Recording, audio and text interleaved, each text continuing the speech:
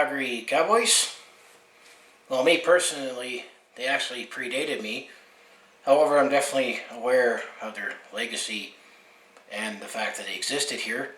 And I would say, in some small way, the Calgary Cowboys' existence eventually led to having a professional hockey team in the Calgary Flames that we have had for over 40 years up to this point here. So this is episode 3 in my Remember the Calgary Series, where I mostly talk Calgary sports or just follow along with this Calgary sports fans journey on my YouTube channel here. But I figured it'd be a fun project to talk about Calgary sports teams from the past year that are no longer around, and just look back on their history and share some relics of the past year. So that's definitely what this episode is about here. However, there's going to be a couple different directions I'm going to be taking this episode here, as the Calgary Cowboys are the primary focus of this episode here. There's going to be several teams that I'm going to have to touch on and cover, because in the WHA here, I mean, they were a competing league to the NHL, the WHA, the World Hockey Association, from 1972 to 1979 here. It definitely had some issues where, in terms of, being able to financially be stable here, where teams definitely relocated or folded, or relocated and folded mid-season in some cases here, as towards the end of the video we'll share teams that were a part of the World Hockey Association here. So this will be the next episode in my playlist here. In the previous episode, in episode 2, I talked about the Calgary Outlaws, that we had a baseball team and a basketball team here. So I talked about 2 teams here. In this episode, we're going to have to talk about 2 franchises here, because it kind of has to tie in one or the other here. As while the Calgary Cowboys actually played on the ice in the WHA here, Calgary actually originally had a franchise when the WHA was formed here. However, they didn't actually play. So if you go back to 1972 here, or November 1st, 1971 here, one of the founding teams of the World Hockey Association was the Calgary Broncos here. And the Calgary Broncos were established, and I was able to maybe find a logo here. But let's follow this journey of the Calgary Broncos first before we talk about the Calgary Cowboys here.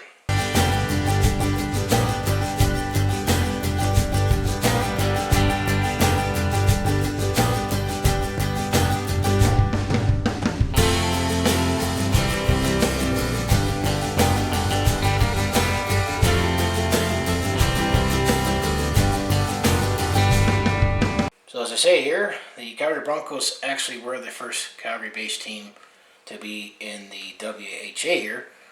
However, they did not actually play here, because they relocated to Cleveland, Ohio to become the Cleveland Crusaders here, as the team owner, Bob Browridge, died, and so we never actually played a team. They couldn't find a team to secure an owner here, and the team was going to be playing in the Stampede Corral here, but ultimately the team relocated to Cleveland to be the Cleveland Crusaders here, and the team played in Cleveland from 1972 to 1976, first in the Cleveland Arena from 72 to 74 here, and then the Richford Coliseum from 74 to 76 here. And the Cleveland Crusaders, and like many teams in the WHA here, did compete with some NHL teams, as after the Oakland Seals or the California Seals or the Golden Seals here was one of the 6 teams that came into the NHL from the original 6 in 1967 here. Eventually that team relocated to become the Cleveland Barons, and so the Cleveland Crusaders did actually compete with the Cleveland Barons here, and surprisingly it did last as long as it did. And then in the last season, in 1976 and 1977 here, there was a second team in Minnesota called the Fighting States here. Originally there was an original Minnesota Fighting States team here, but that team folded the year before here. And actually what was interesting here is, before this team, the Cleveland Crusaders, were to go to Minnesota to be the second incarnation of the Minnesota Fighting States here, which only lasted 1 season from 1976 to 1977 here, the team initially was going to relocate to South Florida to be called the Florida Breakers, going far enough to have the logos on it. But after the initial proposal fell through, the Crusaders moved to St. Paul, Minnesota to become the Fighting Saints here, and Minnesota already had the North Stars, as they also came into the league after the initial expansion from the original 6 there, and actually the Cleveland Barons actually merged in to become the part of the Minnesota North Stars there too. So it's definitely very interesting. There's a Minnesota Cleveland connection here. So the Calgary Broncos never actually played, but they were the Cleveland Crusaders and the Minnesota Fighting Saints here. And one of the notable alumni that played for the Cleveland Crusaders franchise was former netminder that played for the Boston Bruins for his career, was Gary Cheevers here. So that's definitely one notable alumni that started with Calgary here. And the only difference between the Minnesota Fighting Saints, the first incarnation, and the second incarnation is the second incarnation they had red instead of purple there. So as I say, the first team folded mid-season. Actually, they folded mid-season the 1976-77 year. So that's definitely been the case with the World Hockey Association, where they were able to compete with the NHL. They were able to pay players a lot more to lure some players, including Bobby Hull. I mean, Bobby Hull kind of joked and said, I only would play if they paid me $1 million, and the Winnipeg Jets paid him $1 million and then some. And then they lured Gordie Howe out of retirement here. And then towards the end of the World Hockey Association, well, there was one team, the Cleveland Stingers, that had, Mike Gartner, one of the top scorers of all time, and Mark Messier, one of the top leaders of all time. And then the Indianapolis Racers, and then eventually he got traded to the Edmonton Oilers. They had this player named Wayne Gretzky. You might have heard of him. So there was definitely some big talent that were in the World Hockey Association, but towards the end of the tenure of the World Hockey Association, it was looked upon as, a second-rate league here. So I would say it provided some hockey in some markets here, and eventually led to NHL in the future. I would say the case with Calgary. But I'm going to say there was a few reasons why I would say the Calgary Cowboys folded and maybe did not get merged into the NHL, as we'll talk about here shortly. And who knows, maybe alternate universe, could we have had a Calgary Cowboys, because the 4 teams that eventually merged into the NHL was the Edmonton Oilers, the Winnipeg Jets, the original Winnipeg Jets that are now the Phoenix and now Arizona Coyotes, and then the Quebec Nordiques, who are now the Colorado Avalanche, and the Hartford Whalers, who are now the Carolina Hurricanes. And actually a couple of those teams, well, the first year of the WHA, the Edmonton Oilers actually were called the Alberta Oilers, and actually if the Broncos, after they moved to Cleveland here, there was a proposal that maybe the Alberta Oilers were going to share Calgary and Edmonton here, but that did not happen. So actually the Alberta Oilers was rebranded as the Edmonton Oilers. And then the Hartford Whalers actually at one point were called the New England Whalers here. So there's some tidbits here. So the Calgary Broncos never actually happened.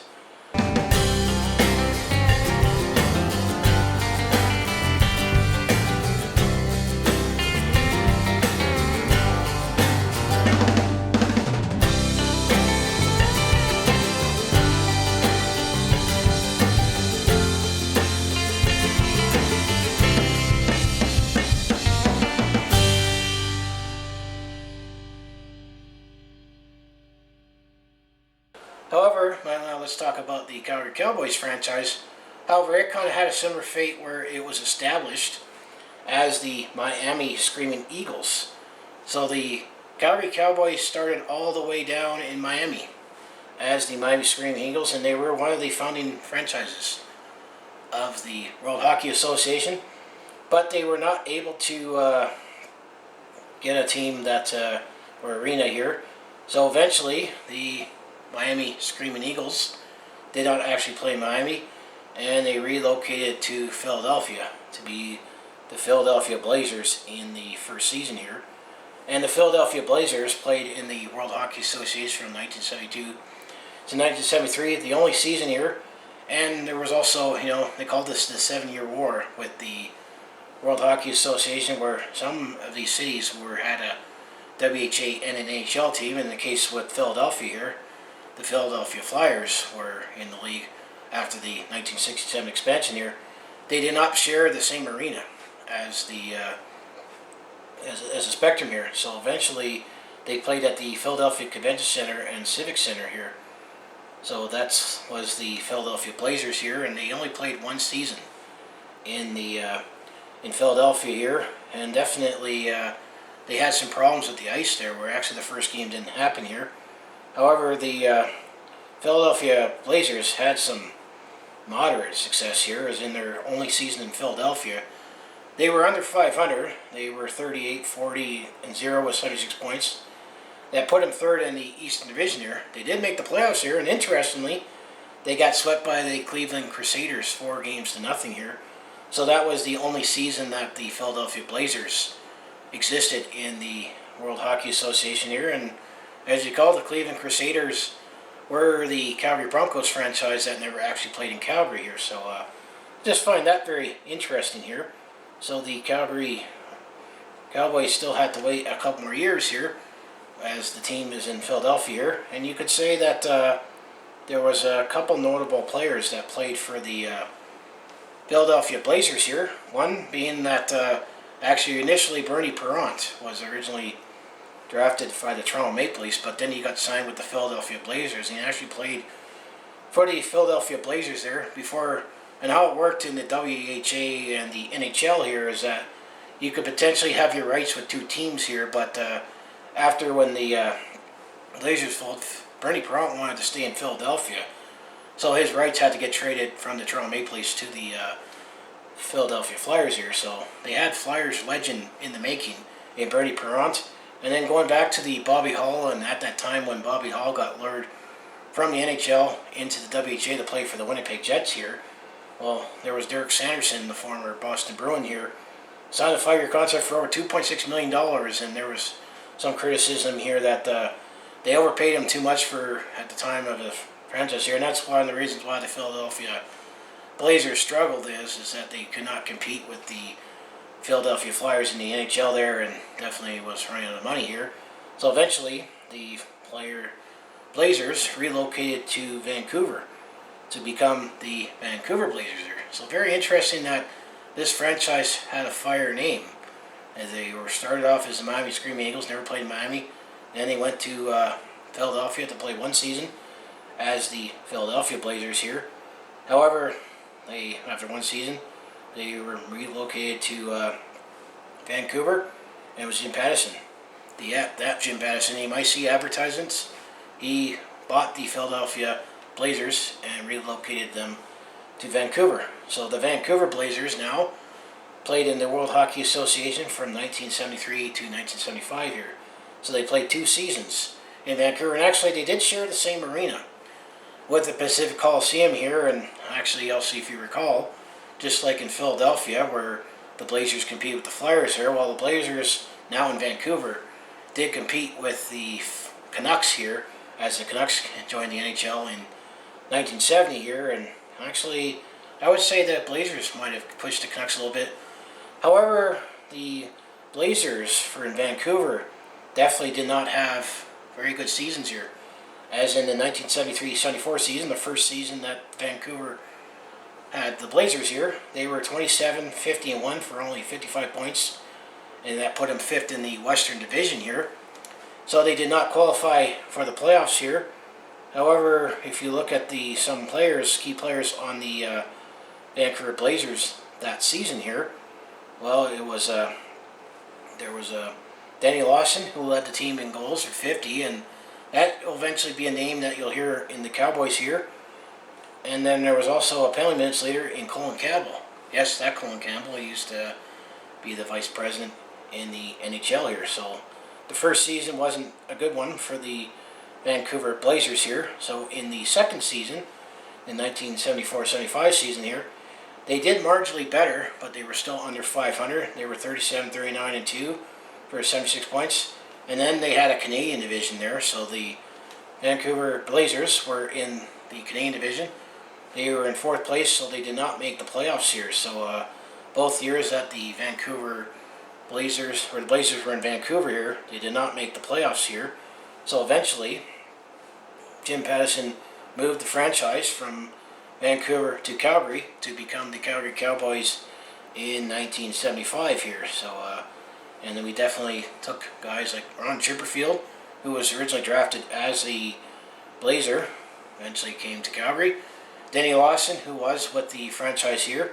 And then we had a goalie named Smokey McLeod there. So that definitely was some of the key players that were with the Calgary Cowboys in a couple seasons here. So now the overview of the Calgary Cowboys is that they were an ice hockey team that played 2 seasons in the World Hockey Association from 1975 to 1977 here. And the Cowboys, so Calgary finally had a team that actually played. They played at the Stampede Corral from both seasons here. The franchise was founded in 1972, as I mentioned, as the Miami Screaming Eagles. They never played a team, and then they were based in Philadelphia and Vancouver, as I briefly touched on, as the Blazers here. And then the franchise folded in 1977 here. There was definitely a couple of reasons that I would say the team folded here. So the brief history here is after the original history here. In 1972, the fledgling World Hockey says they had to place a team in Calgary to be known as the Broncos, with the hopes of taking advantage of the natural rivalry that we would have with the Oilers here. And then Bob Brovich, who was the Broncos owner, passed away here. So the team moved to Cleveland and then eventually became the Minnesota Fighting Saints there before it folded here. And then I mentioned the Alberta Oilers, and then eventually they got rebranded as the Edmonton Oilers here because there was maybe a plan that the Alberta team was going to share the cities here. But then eventually, as I say, Calgary got their second chance of having the World Hockey Association, as Jim Pattison, who bought the Philadelphia Blazers to live in Vancouver, and then he moved to the Calgary here because they wasn't able to take the market share away from the Vancouver Canucks here. But at the time here, Calgary, this was the only hockey team that they had professional. So they hopefully that they would be able to capitalize and thrive in Calgary here. However, by the time when the World Hockey Association did arrive in Calgary here, the league was already in difficulty as the team was viewed as a minor leaguer because many teams, as I mentioned, always moved or relocated or folded here. And then the team definitely, despite having Gordie Howe and Bobby Hall, but keep in mind they were towards the end of their career. So that's the gist of why I would say the Calgary Cowboys didn't last as long as they could, or maybe last longer than enough to make it to the merger, where potentially, I say, maybe an alternate universe, if I'm going to get to next year, is if we had a bigger arena. Could the Calgary Cowboys lasted long enough to eventually maybe get merged into the NHL? And who knows, could we have been saying we've been cheering on the Calgary Cowboys since 1975 with the WJ and the NHL here. As I mentioned, the franchise did play at the Stampede Corral, known as a small size. It only holds 6,500 fans here. That would prevent the team from achieving profitability initially. They were hoping that strong attendance figures would encourage the Calgary Stampede and exhibition to expand the arena, and there were some plans to maybe expand it to 15,000 here, which even today's standards here, that's definitely small for an NHL arena, but there was no timelines or commitment to finance it here. So in their final season, the first season I should say, the Cowboys were not expected to be a strong team here, as I briefly touched on, that the Vancouver Blazers, both years in Vancouver, did not make the playoffs here, but they inherited a franchise that finished in the last place tie with the Oilers then. However, in the first season, they were led by Danny Lawson, who scored 42 goals, or 44 goals, and Ron Chipperfield, with 42 goals here, and did finish surprisingly third in the Canadian division here, as I'll briefly touch on here. And then the next season here, in 1976-77, attendance did fall to about 4,500 per game here, as the Calgary Cowboys had the second fewest attendance based on league averages, only behind the San Diego Mariners here, but the Cowboys had a smaller arena here. There were rumors that eventually maybe the franchise would move again to go to Ottawa, as Ottawa had the Civics and Spurs during their time here. Although Jim Pattison was committed to keep the team in Calgary in the second season here, to keep it afloat here, and hopefully maybe still have the Cowboys around in 1977-78 here. Although with the potential hope of being in the NHL here. However, there was still pushback from the NHL to merge teams in, and there was also some talk about maybe they were taking a few more teams, including the Houston Arrows here, but I ultimately didn't have him. However, this is where it gets funny here. Is that it says, however, the Corral's capacity was half of the NHL's then minimum capacity of 12,500 seats here. When the NHL made it clear it had no interest in playing on the Corral, even as a temporary facility. Interesting to say that. It was expected that Patterson would request a 2-year leave of his absence with hopes of building a new arena. The NHL voted down that merger plan in 1977. It wasn't until 1979 that the merger happened. So only 2,000 fans purchased season tickets for the 77-78 WHA season, with no immediate hope of an arena at the time here. The franchise folded August 18th, 1977 here. Well, it's very interesting then that it says in here that the NHL did not have any plans to talk about playing in the Corral, even as a temporary facility, even though it actually happened, because as you know, Calgary would only have to wait 3 more years to get a professional franchise, as the Atlanta Flames were purchased by Nelson Skalbania. When he moved the Atlanta Flames to the Calgary Flames started playing in the Corral in 1980-81 here as the Calgary Flames, but things were a little different here, is that there were plans to build a new arena and the prospect of the 1988 Winter Olympics here, that they played in the Corral from until 1983, and in the 1983-84 season, the Calgary Flames moved to the Olympic Saladome, and they played in there since then, and eventually we are going to get a new arena up until 2024 here. So it's kind of funny that to think that the Calgary Cowboys eventually folded because they said the Corral was too small to potentially woo the NHL to maybe merge them into the NHL. But they said, oh, it can't be a temporary facility. Yet the Calgary Flames ultimately moved into the Stampede Corral and played in there as a temporary facility until the Saladome was built here. But there was also a prospect of the arena there. So that's just the Cowboys overview here from the World Hockey Association here. So let's just go more in depth on the 2 seasons that the Calgary Cowboys played here. As he mentioned in the first season here, the Calgary Cowboys actually surprised, they maybe overachieved here, as they finished 3rd in the Canadian division. They were 41-35-4 here for 86 points here, and they did make the playoffs here, as they were 3rd in the Canadian division here. They were coached by Joe Crozer, and you'll hear his name mentioned in a story here.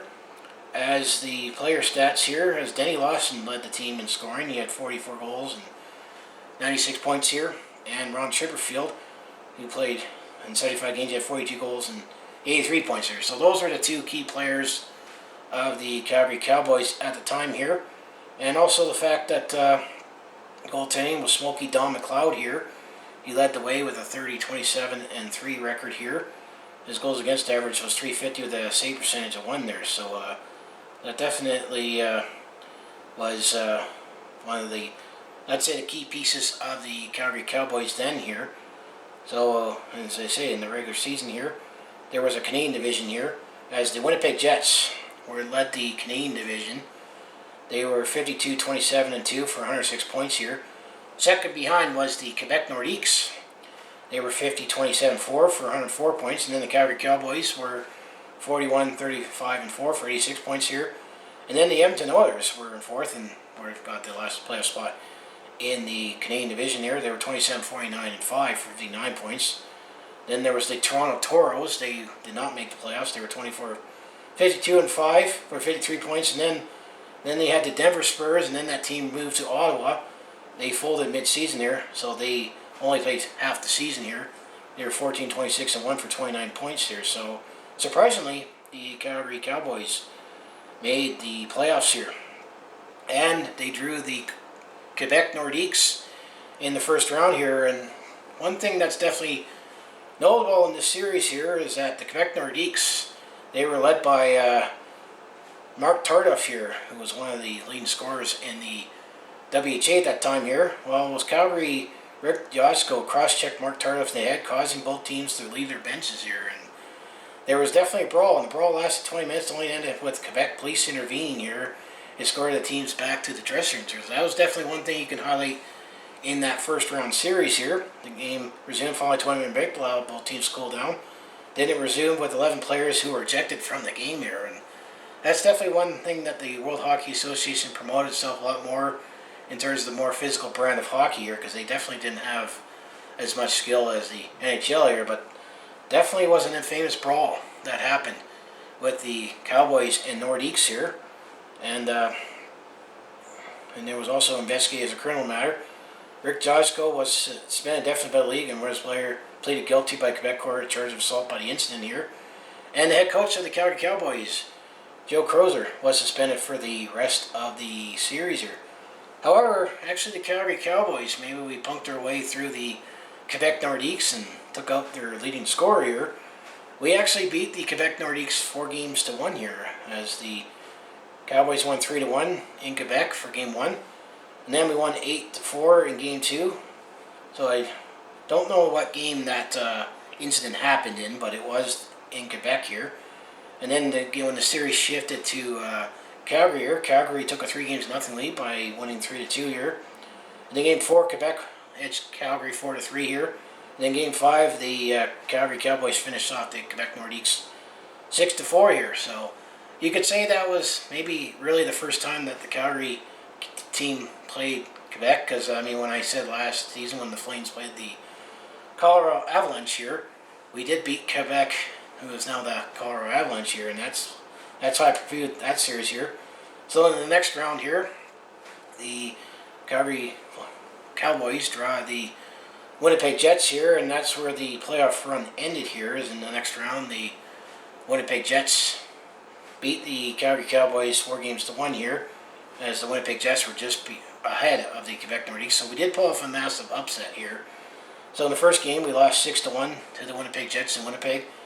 Game 2, we lost to Winnipeg 3-2, and then when the series shifted to Calgary here, in Game 3, the Winnipeg Jets took a 3-0 lead by beating Calgary 6-3 here. However, in Game 4, we were able to save off elimination by beating the Winnipeg Jets 7-3 here.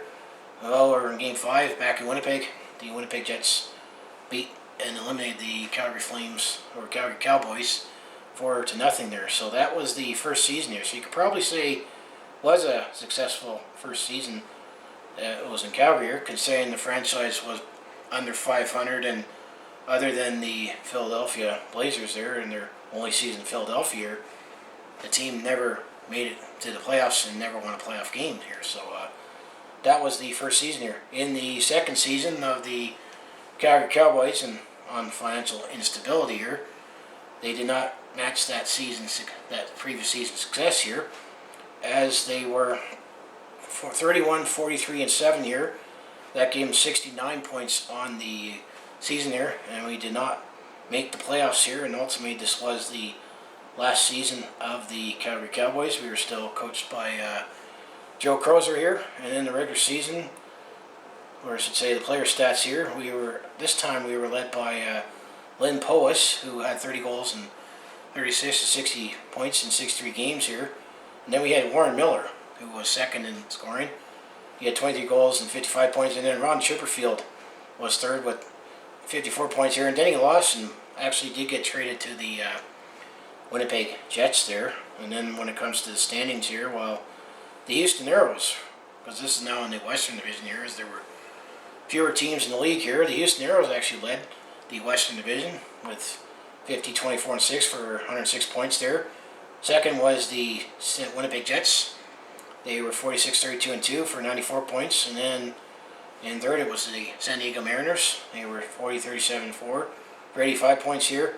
And then the Edmonton Oilers had the final playoff spot in the West Division. They were 34, 43, and 4 for 72 points. And the Calgary Cowboys were 3 points behind the Oilers here with the 31, 43, and 7 record. And then the Phoenix Roadrunners was last with a 28, 48, and 4 record for 60 points here. And just like the first season that the Cowboys were in Calgary, they had like I said, they lost the first 6 games in the second season there, but the Cowboys had a long losing streak to start off the regular season there. So the Calgary Cowboys did only last 2 seasons in Calgary after being in Miami, Philadelphia, and Vancouver here. But the league definitely was on much shakier ground here and was looked upon as a second-rate league here. So ultimately, they folded as there wasn't enough interest here and there was no desire to build a new arena, which I still say, looking back, it's kind of ironic that they said that the Cowboys played in too small arena and the NHL didn't want to play them in a temporary facility, yet ultimately it was used as a temporary facility for the Flames here. So that was the gist of the Calgary Cowboys here. So I'm going to say we had to talk about the Broncos because that was originally going to be the team that was going to be playing in Calgary in the World Hockey Association, but the owner died and moved to Cleveland and Minnesota here. However, at the same time, a franchise that was originally established didn't also play, eventually came to Calgary, so in some roundabout way, we did get our team back here. So, and then when it comes to the Hockey Hall of Fame, there's actually only one player that I can find here that actually played for the Calgary Cowboys of his career was Harry Howell. So he also played for the New England Golden Blades, the Jersey Knights, the San Diego Mariners, and the Calgary Cowboys here. So if you find Harry Howell in the Hockey Hall of Fame, so there is a Cowboy that eventually played in, eventually made his Hall of Fame. But they also had notable legends in Jerry Cheevers, who played for Cleveland. Michel Goulet also played for the Birmingham Bulls. Mike Gartner played for the Cincinnati Stingers, and then there was Wayne Gretzky that played for the Indianapolis Racers and the Edmonton Oilers. And then Gordie Howe, he played for the Houston Aeros and the Hartford Whalers. Then you got Mark Howe, his son, who also played for Houston and New England. Then you had Bobby Hall for the Winnipeg Jets. Dave Keon, Toronto Maple Leafs legend. He also played in this league. Played for the Minnesota Fighting Saints, the Indianapolis Racers, and the Hartford Whalers here. Then there was also Eddie Bathgate, who actually played for the Vancouver Blazers, which you could say that's the Cowboys franchise here. And then Rod Langway, who played for the Washington Capitals, played for the Birmingham Bulls. Frank Mahovlich, Maple Leafs legend, played for the Toronto Tours and the Birmingham Bulls. And then Mark Messier, he was a Cincinnati Stinger and the Indianapolis Racer. And then Bernie Perrant played for the Philadelphia Blazers, which that was the Cowboys franchise. And then you had Bud Poyle, who was the executive president of the World Hockey Association. And then you had Marcel Pronos, who was a coach of the Chicago Cougars here. And then Maurice Richard, he briefly was the coach of the Quebec Nordiques when they were in the WHA there. Yeah, that same Maurice Richard, the Rocket that played for the Montreal Canadiens. And then Glenn Sather, who actually was a player. He did play for the Edmonton Oilers and then eventually had his management and coaching career recognized as well. And then Norm Ullman, who was also an Edmonton Oilers. So those are the players that definitely had an impact in the World Hockey Association that are in the Hockey Hall of Fame here. So let's just take a look at some teams here, shall we here? So as I say, there was the Alberta and Edmonton Oilers, and eventually that team joined the NHL in 1979 here. That whole time that team stayed in Edmonton. And then there was the Chicago Cougars, who obviously played in Chicago and competed with the Blackhawks here, but that team played from 72 to 75. Then they folded here. And then there was a team, the Cincinnati Stingers, who played from 1975 to 79 and folded in 79. They were one of the last remaining teams that wasn't going into the NHL there, because there were 6 teams left from the 4 that went into the NHL. Then you had the Cincinnati Stingers and the Birmingham Bulls there. But each team was given $1.5 million as compensation here. And as I say, the Calgary Broncos, and then they were the Cleveland Crusaders and the Miami Fighting Saints here, where they started in 1972 and then they folded in 1977 here. And then there was the Denver Spurs and the Ottawa Civics here, that they only played in 75 to 76 here, and then they folded. And then there was the Dayton Arrows. Actually, it was spelled ARROWS. That team eventually moved to Houston to be the Houston Aeros, which is AEROS. And you could say they were probably one of the healthier franchises here, but when the Houston Aeros couldn't get enough support to get in the NHL, it was either we go in the NHL or we fold, and they lasted from 72 to 78 and then folded here. And I'm going to say right now, I feel that Houston now is a good enough market that they can warrant to support an NHL team, and they should call themselves the Houston Aeros if or when the Houston gets an NHL team. And then there was the Indianapolis Racers, who was most notably, they had Wayne Gretzky there. They played from 1974 to 1978 here. And then there was a California team that moved all around here. There was the Los Angeles Aces, and then they changed themselves to be the Los Angeles Sharks after they moved from San Francisco here. And then there was the Michigan Stags and the Baltimore Blades here, and that franchise existed from 1972 to 1975, and then they folded here. And then you had the Minnesota Fighting Saints from 1972 to 1976. There were two versions of it. There was the original version, and then the second version that came from the Broncos and Crusaders here. And then there was the New England Whalers, who eventually changed to the Hartford Whalers from 1972 to 1979. They stayed in Hartford the whole time and joined the NHL, and now that team is the Carolina Hurricanes here. And then New York had several teams. They had the New York Raiders, the Golden Blades, the Jersey Knights, and then eventually the San Diego Mariners here. So they were in the New York area from 1972 to 1974 here, and then there was the San Diego Mariners from 1974 to 1977 here, and that team folded. And then Ottawa had a couple teams here, where it started off as the Ottawa Nationals. They only played one season, and then they were the Toronto Toros from 73 to 76 there. And I understand, I think they played at Maple Leaf Gardens there, and eventually they relocated to become the Birmingham Bulls here, and that franchise lasted from 1972 to 1979 from Ottawa, Toronto, and Birmingham here. And they were one of the last surviving teams of the World Hockey Association, but did not get merged into the NHL here. And then the team we talked about, mostly talked about the Miami Screaming Eagles, eventually with the Philadelphia Blazers, Vancouver Blazers, and the Calgary Cowboys. Started in 1972 and never played, and then they lasted until 1977 before it folded here. Then there was the Phoenix Roadrunners. They played in Phoenix from 1974 to 1977, and they folded. And then there was the San Francisco Sharks, who eventually, that franchise started in San Francisco, eventually became the Quebec Nordiques. They never played in San Francisco, and then the Quebec Nordiques played in Quebec the whole time, and eventually came to the NHL, and then eventually now relocated to Denver to be the Colorado Avalanche. And then the last team was the Winnipeg Jets. They joined in 1972, and then they stayed in Winnipeg until 1979, and then they joined in the NHL. And as we know, they relocated to Phoenix to be the Phoenix Coyotes and the Arizona Coyotes here. And then the Avco Cup is the championship trophy that is awarded here, and actually the Winnipeg Jets won the Avco Cup the most there. They won 3 Avco Cups during that time here, so that's definitely the gist of the Calgary Cowboys and the World Hockey Association here. So I say my final recap here is that the World Hockey Association in general here brought some teams in hockey markets that were maybe overlooked here. Never thought at the time that Winnipeg could have a team, and maybe brought a team in Emden. Calgary got put on the hockey map there. Definitely had some teams in California there after, the Golden Seals, I could say, started that off too there, but eventually, there was a team in, well, they also competed with the Los Angeles Kings, because the Los Angeles Kings were part of the 6 expansion teams there, but, there was a team in Phoenix. There was a team in Texas, where eventually we have the Dallas Stars, and I do think eventually there'll be a Houston Aeros in the NHL here. But I think ultimately the World Hockey Association did push the NHL a little to get some more Europeans, because the NHL was not for signing European talent. So they went to the World Hockey Association, and I think it led to that. Another thing is that there was no reserve clause where you're automatically renewed to a 1-year contract there. So there were definitely more player movement and free agency in the World Hockey Association that comes in the NHL today.